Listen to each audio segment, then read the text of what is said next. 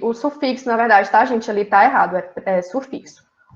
Relacionado à íase, é uma doença causada por bactéria ou um parasito, então a amebíase, por exemplo, né, que é muito mais comum quem trabalha na assistência primária, né, nas unidades básicas, é muito comum os pacientes chegarem lá com doenças causadas por parasitas ou bactérias, né, a amebíase, por exemplo, é um tipo de infecção causada por parasita, tá?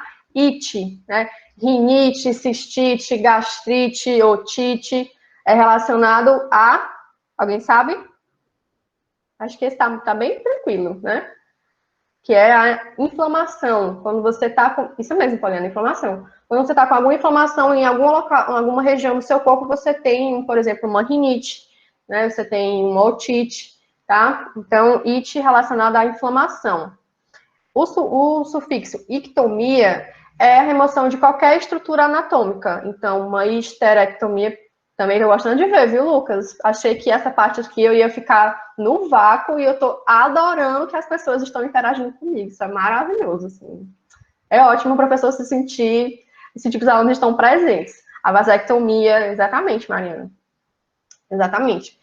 E é muito importante vocês entenderem, né, o que significa a palavra, né? O que significa, por exemplo, uma penectomia, né, que é a retirada do pênis. Qual é a repercussão que tem para aquele paciente que vai fazer uma penectomia, né? Com certeza é diferente de uma remoção de uma estrutura que tem o mesmo significado para esse paciente, né? Então, é importante a gente conhecer os termos para a gente entender a complexidade que a gente vai ter naquela assistência que a gente vai prestar àquele paciente, tá? Istomia, né, a abertura cirúrgica de uma nova passagem. Então, uma gastrostomia, né, uma traqueostomia. Então, é o processo de abrir uma nova passagem, né, na traqueostomia. A gente vai fazer uma nova passagem de respiração, onde esse paciente vai poder respirar aqui na região da traqueia, tá? Centese é a referente à punção de uma estrutura anatômica, por exemplo, a paracentese. Não sei se vocês já viram no hospital para internar aqueles pacientes que estão com a barriga bem grande, assim, bem inchada, né? Geralmente o paciente é bem magrinho, isso é muito comum em paciente oncológico que está em estados avançados de doença. Então, ao restante da estrutura anatômica dele, ela é bem emagrecido, né? E a região do abdômen, a região da barriga, é bem inchada, né? Então, esse paciente, ele está com um acúmulo de líquido. Também pode ser relacionado ao problema no rim, né? Esse paciente tem uma dificuldade, né, de excreção, ele tem ali uma dificuldade de fazer a gestão dos líquidos, né? Então, pode ser decorrência de acúmulo de líquidos, pode ser... Não, Fernanda, a punção é você realizar uma incisão, você fazer um furo em determinado local. Por exemplo, a paracentese, que é o procedimento que é feito em pacientes que estão com o abdômen bastante com acúmulo de líquido, né? É você pegar uma agulha, inserir, né? Furar, por assim dizer, né? A barriga desse paciente, fazer uma incisão, fazer uma punção, e aí nessa punção você vai retirar o líquido que está acumulado, tá? A punção é realmente você inserir uma agulha em algum local, certo? Em pacientes com bexigoma, assim, bexigoma, o que geralmente é tentado no início, né, é a sondagem, né, que é passar a sonda no canal uretral, né, mas dependendo do tipo de paciente, né, aí você pode fazer uma punção, fazer uma paracentese.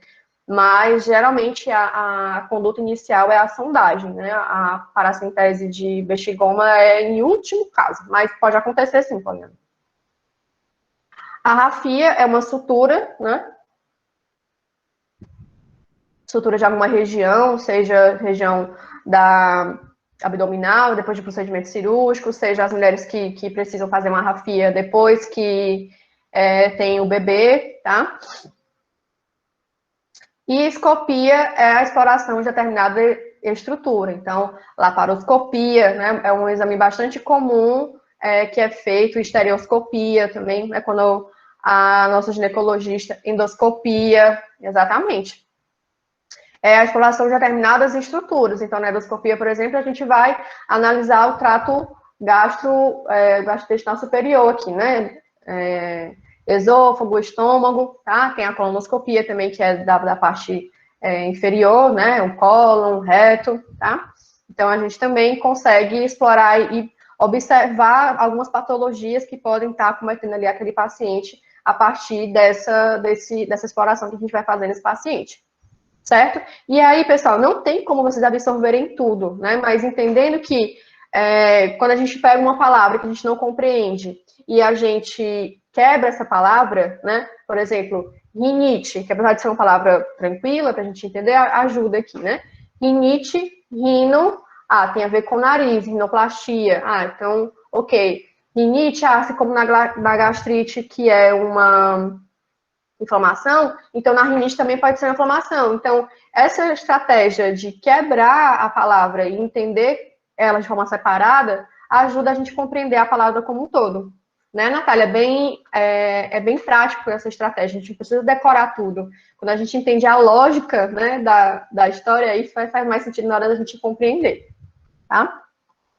E aí a gente vai para as siglas, né? Que nas siglas não tem como a gente quebrar, né? Na verdade, não tem como a gente realmente vai ter que ir ali absorvendo durante a prática, mas aí, a título de informações, eu trago para vocês também. E depois, se vocês quiserem ter esse material como consulta, ele também pode ajudar nesse aspecto, tá? Então, aqui eu vou um pouquinho mais rápido, talvez quem já é técnico de enfermagem possa saber também, já dar aí alguns spoilers do que significa algumas siglas, né? Então, BEG, exatamente, Mariana, é bom estado geral, né? O paciente que está com BEG. Então, você avalia o paciente tem está corado, né? Ele está com uma boa perfusão, tá? Você vê que ele está respirando bem, está acordado, né? Ele interage com você, então ele está ali com bom estado geral. PCTE, você já ouviu falar desse termo? Também é muito comum da gente encontrar nas evoluções, né? Que é referente a paciente. Então, o que a gente puder fazer para diminuir a escrita, a gente faz, né? PCTE vira paciente e C cedilha A vira criança. Muitas vezes quem atende em serviço pediátrico, né? Algumas vezes pode vir paciente, outras vezes pode vir criança e vem com C cedilha A, criança. Tá? Eupineico, ele não é uma sigla, mas eu acho legal trazer aqui, é um termo, que ele vai estar referente ao padrão de respiração normal desse paciente. Então, o paciente que está sem nenhum recurso ventilatório, não está com uma ventilação mecânica ou nenhuma máscara, esse paciente, ele está ali, você vê que ele respira tranquilamente, você observa que a barriga dele expande, que ele está ok, respirando, né, confortavelmente em ambiente normal, sem nenhum recurso. Esse paciente ele é eupineico, tá? Um paciente que está taquipneico, tá? É um paciente que está com respiração acelerada, assim como a taquicardia, por exemplo, né? Eu tô taquicárdica. O que é taquicárdica? O coração tá batendo acelerado, né? Então, o paciente que está taquipneico, ele está também respirando de forma acelerada. Você vê, inclusive, que ele usa os ombros, né? As crianças, você observa também que ele tem uma respiração aqui muito voltada para a região do nariz, né? Então, ela está ali respirando com uma dificuldade ou está muito acelerado, tá? E aí, o oposto disso é o paciente que está bradipneico, da mesma forma como o bradicárdico, né? Respirando devagarzinho, você vê ali que o exoto ele dá a barriga expande, baixa, né? Então, o paciente está bradipneico, tá? FO significa ferida operatória. Isso mesmo, Marina. Ferida operatória, então, os pacientes que fazem cirurgia, né? Eles ficam com uma ferida operatória que precisa ser cuidada para que não venham desenvolver os sinais flogísticos, que lá na frente a gente vai falar o que é, né? Então, é a ferida operatória, tá? Multi-R é relacionado a bactérias multiresistentes, né? Cada hospital tem lá a sua colônia de bactérias e algumas delas, às vezes, são multiresistentes, né? Então, são bastante resistentes aos antibióticos, a gente precisa ter vários cuidados com relação a essas bactérias, tá? HP ou HPP significa história patológica pregressa. Geralmente, o HP, ele também pode estar relacionado à hipótese, hipótese patológica.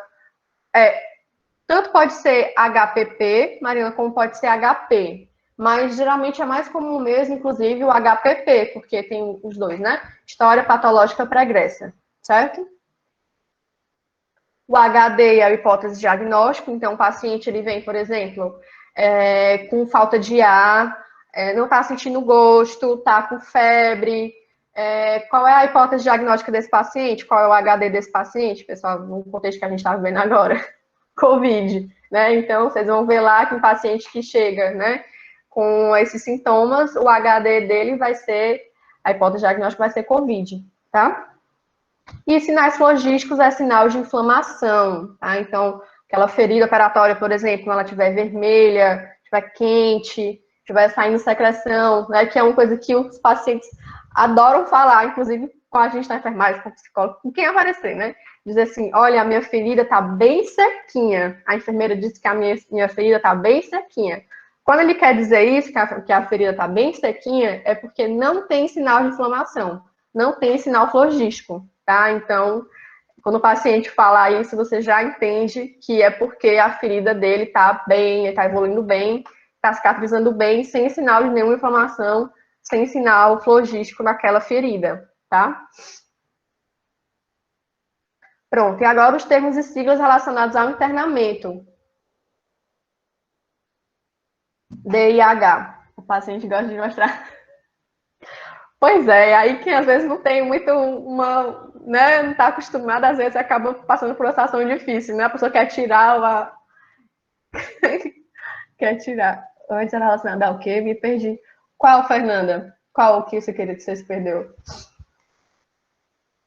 Ah, antes era relacionados ao paciente.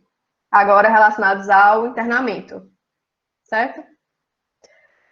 Isso, Mariana. DIH é dia de internação hospitalar. Então, geralmente o paciente está internado 5 dias por tal patologia. Tá? Então, DIH, dia de internação hospitalar. Que também pode ser IH, né? Internação hospitalar também. O PO pós-operatório, Maria não sabe de todos. O PO é o pós-operatório, como também o POI é o pós-operatório imediato. Então, logo após que esse paciente ele sai do centro cirúrgico, né, até as 24 horas, ele está ali em pós-operatório imediato, ou seja, está sob efeito de medicação, ainda da anestesia, dependendo de qual for o procedimento que ele fez. Então, ainda pode estar meio grog. E aí é importante você saber que esse paciente vai estar em POI, porque você não vai conseguir interagir com ele. Até vai, né? Se você quiser, inclusive, dar uma risada que o paciente que está sob efeito de sedação, ele fica bem engraçado, às vezes dá uma desorientada, então você não vai conseguir interagir muito bem com esse paciente, assim, né? Não que ele vá, inclusive, se lembrar, né? Eu, pelo menos, quando estou sob efeito de anestésico, depois que eu faço cirurgia, eu não me lembro de nada que quem eu conversei, por onde eu fui.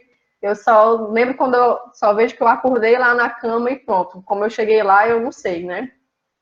Então, no pós-operatório imediato, é importante você dar uma assistência à família, por exemplo, né? Porque no centro cirúrgico, muitas vezes não tem como a gente falar como é que esse paciente está. Mariana tá afiada, tá mesmo. Tá de parabéns. A gente não tem como dar muitas informações, né? Então, muitas vezes o psicólogo vai lá tranquilizar, olha, o paciente já saiu, tá na sala de recuperação, tá bem, né? Tá em processo de acordar, sair do efeito do anestésico, tá? Então é importante a gente dar uma atenção à família nesse momento, porque o paciente mesmo a gente não vai conseguir falar muita coisa, né? E no pós-operatório tardio, né, depois de uma semana que esse paciente já veio para casa ou ainda está no hospital, depois de 7 dias que esse paciente está internado, tá? O CC, né, o centro cirúrgico. Então, quando a gente lê lá no prontuário, a gente vai lá no prontuário, vai na enfermaria, procura o paciente, não vê, né? Vale, cadê o paciente? O paciente fugiu. Aí, quando a gente vê lá na evolução, paciente encaminhado ao CC. Para onde, meu consagrado, que esse paciente foi, né? Ele foi para o centro cirúrgico, tá? Então, não se preocupem que ele está indo fazer cirurgia, tá? Então, o CC é o centro cirúrgico. E SRPA, né, a sala de recuperação pós-anestésica. Tá? Então, paciente admitido na SRPA é sala de recuperação pós-anestésica. A maioria dos pacientes, depois que fazem o procedimento cirúrgico, fica ali um tempinho naquela sala, naquele lugar para poder passar o efeito da anestesia, tá? Pronto, e aqui é o último bloco, né, de termos e siglas, os relacionados aos exames, tá? E alguns, inclusive, eu acho que vocês já devem ter feito, né? O S, alguém sabe? Isso mesmo, Mariana. Mariana está, assim, tinindo, né? Como diz aqui no Ceará. Está sabendo de tudo. Ultrassom, ultrassonografia, ultrassom, o S, né? RX, raio-X, isso. EDA, raio-X, raio-X. Estou gostando de ver. É bom que a Mariana estimula as outras pessoas a falar. Adoro. EDA, endoscopia digestiva alta. Tá? Algumas pessoas também que falaram que tem gastrite provavelmente fizeram esse exame também para diagnosticar a gastrite. HMG, tenho certeza que todo mundo já fez, que é o hemograma. Hemograma, exatamente. TC, será que a gente sabe? O paciente foi realizar uma TC, desceu para fazer a TC. Uma tomografia computadorizada, exatamente. O segundo, já estão, inclusive, passando, falando do seguinte, né? Gostei, viu, Daline? O ECG é o eletrocardiograma e o BX, alguém sabe o BX? O BX acho que é mais difícil, né? Biópsia. Então, paciente que foi encaminhado para fazer uma biópsia, ou geralmente a biópsia é feita dentro do centro cirúrgico, né? O paciente vai fazer, por exemplo, uma laparotomia, o paciente está com um aumento da barriga, que é uma suspeita de câncer ginecológico, por exemplo, né? Que muitas vezes você não consegue fazer o diagnóstico por imagem, né? Você precisa fazer ali uma biópsia. Então, essa paciente vai para o centro cirúrgico, inclusive vai sem saber se ela tem câncer ou não, vai sem saber de muita coisa assim, ela vai para explorar, né? E aí ela já deixa meio que autorizado a remoção de algumas estruturas, né? Se o paciente tiver câncer. Então, é muito importante a gente conhecer, porque imagina uma pessoa que vai para uma laparotomia e acorda sabendo que fez uma exeteração pélvica, né? Exeteração pélvica é a retirada de vários órgãos do abdômen, né? O útero, um pedaço do colo, um pedaço do intestino, então, os ovários, né? Uma esterectomia total, por exemplo, também que tira o ovário, tira o útero. Então, é muito importante a gente saber, e esse processo, ele vem da biópsia, tá? Então, a BX, né, ela pode acontecer tanto isolada, né? A pessoa vai fazer uma biópsia de uma parte do estômago, por exemplo, né? Para saber se está com a contaminação por aquela bactéria, né? Para a Lactobacter, mas ela também pode acontecer dentro de outros procedimentos no centro cirúrgico, tá? Então, BX é biópsia, tá? E aí, enfim, eu acho legal falar dos termos, porque além dos termos, a gente também consegue falar sobre outras coisas, né? E aí vocês conseguem entender a importância de conhecer essa sigla desses termos, tá? Mas aí, ainda tem esse aqui, as siglas relacionadas aos dispositivos, tá? TQT, pessoal, vocês sabem o que é? A gente até já falou aqui sobre esse termo. Traqueostomia, tá? Então, o paciente que está traqueostomizado ou fez um traqueóstomo, ele está com uma TQT, tá?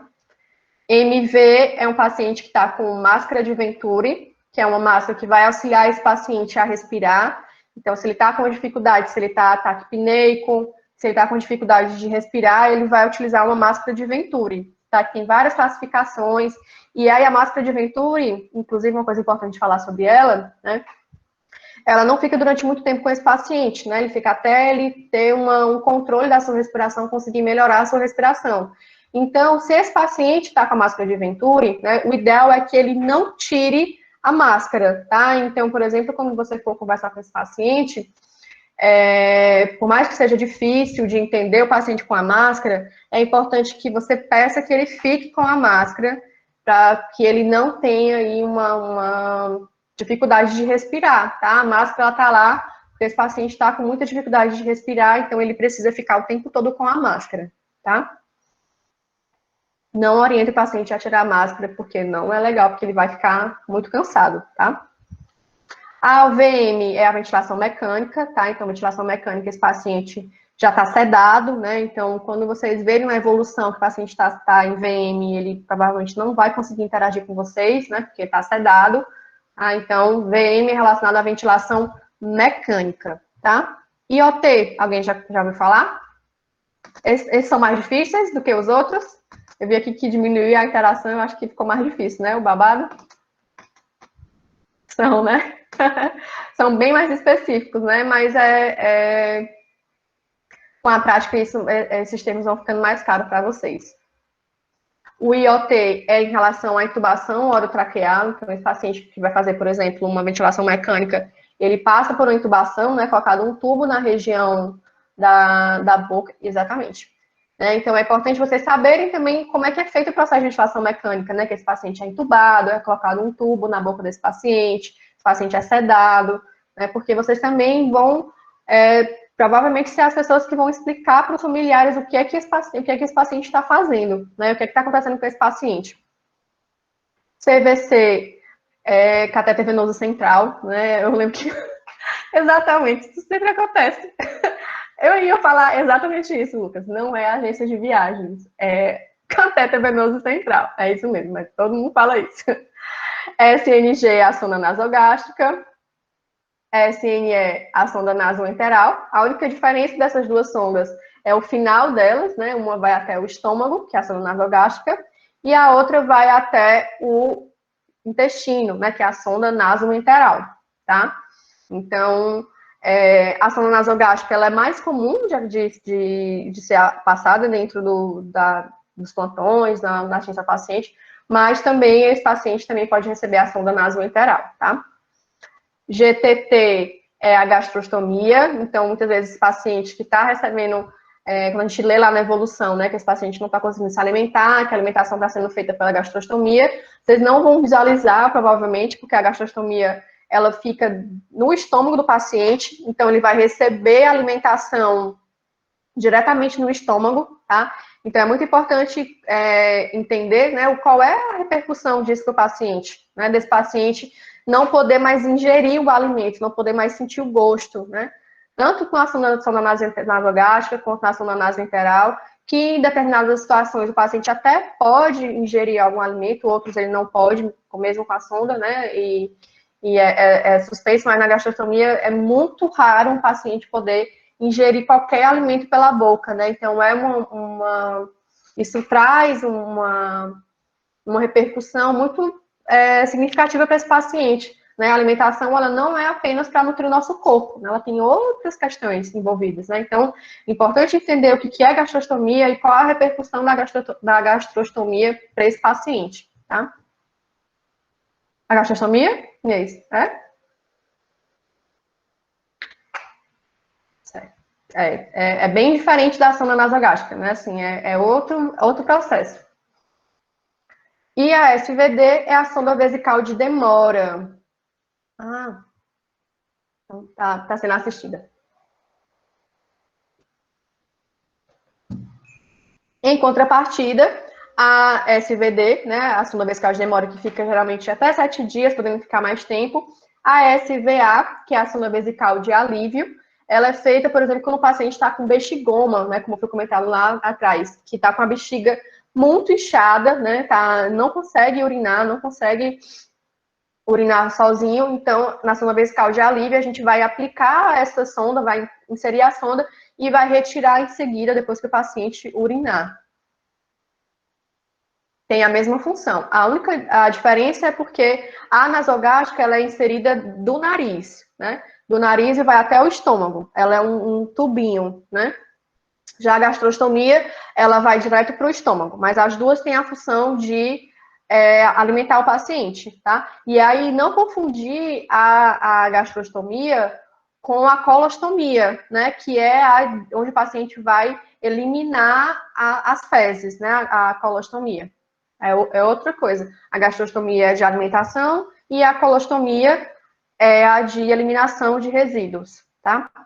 As duas também com várias repercussões para esse paciente, né? Muitas vezes ele fica por um tempo até recuperar, outras não, tá? Beleza. E aí, pessoal, eu imagino que vocês estão assim, se eu pudesse ligar a câmera, estaria todo mundo com essa cara para mim, né? De, nossa senhora, é muita coisa, não vou entender, né? É bem complicado, mas é como eu falei,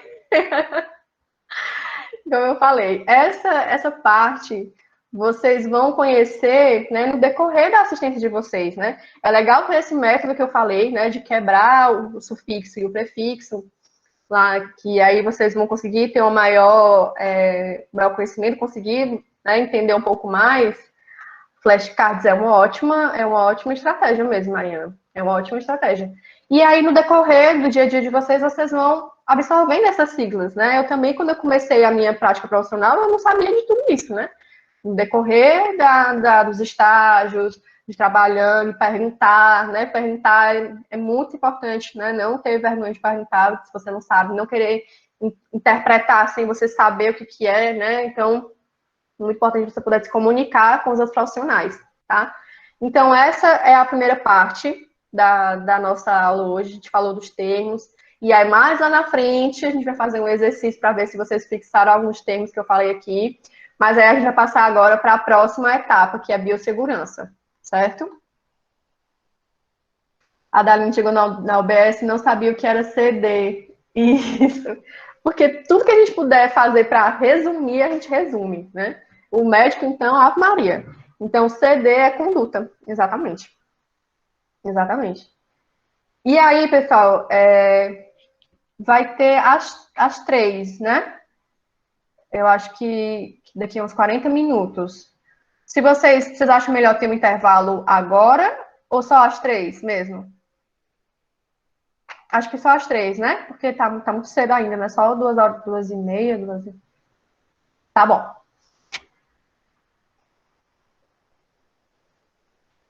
Ok, então vamos lá. Pessoal, e aí, assim, nessa imagem, né?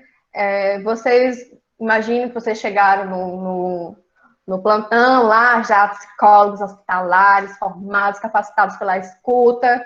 Vocês chegaram lá no plantão, não passaram no prontuário do paciente, não leram o prontuário do paciente, não sabe quem é esse paciente. E aí você chega e encontra esse paciente aí. Vocês acham que esse paciente representa algum risco para vocês, da forma como ele está aí? Está até dormindo, não sei se vocês conseguem ver. O que é que vocês acham? O que a gente tem de risco aí com relação a esse paciente?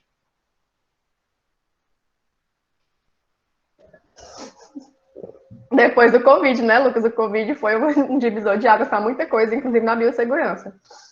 Ele representa, sim, né? Esse paciente ele pode estar com alguma patologia contagiosa, né? Apesar dele não estar aí com nenhum traqueóstomo, não dá para facilitar, mas está ali com catéter nasal, ele está bem, né, tranquilo, não tem nenhuma ferida aparente, está em repouso, né? Então, esse paciente, tecnicamente, né, ele, quando a gente vê assim, ele não representa um risco, mas ele pode sim, né, a gente pode estar se expondo sim a diversos riscos, né? Se a gente vai para um leito desse paciente sem compreender, sem ler o prontuário antecipadamente, sem entender o que esse paciente tem, né, com a patologia que esse paciente tem. E aí eu trouxe um estudo aqui para vocês falando sobre o VRE, né, que é uma bactéria bastante resistente e bastante contagiosa, né? Então, o meio de contágio dessa bactéria é por contato. Então, as pessoas, ao pegar um ambiente contaminado, né, elas vão lá e se contaminam com a VRE. E aí, nesse estudo, né, que foi feito, desenvolvido em 2001 por essa comunidade lá em Chicago, eles observaram que onde tem o X, onde tem um X verdinho aí, era onde tinha colonização por VRE, né? Então, só os cantos que a gente pega, né? O prontuário do paciente, importante, a CCH geralmente pede e o pessoal, né, do Recursos Humanos sempre pede também que você esteja com seu cartão de vacinas atualizados. A VRE, ela não é protegida por vacina, né? Então, realmente é por precaução mesmo. A gente sempre vai requisitar. É importante que você atualize a sua cartela de vacinas, sua carteira de vacinas. Então, nessa imagem vocês observam, por exemplo, que é que é um canto que a gente tem muito costume de pegar, né? Na torneira, na pia, na bomba de infusão, né? Mas eu só botei o dedo na bomba porque estava apitando, né? Estava incomodando o meu atendimento com o paciente. Mas aí é o mesmo dedo que você vai lá e bota no olho, né? É o mesmo dedo que você vai lá mexer no prontuário. Então a gente tem que ter muito cuidado, né?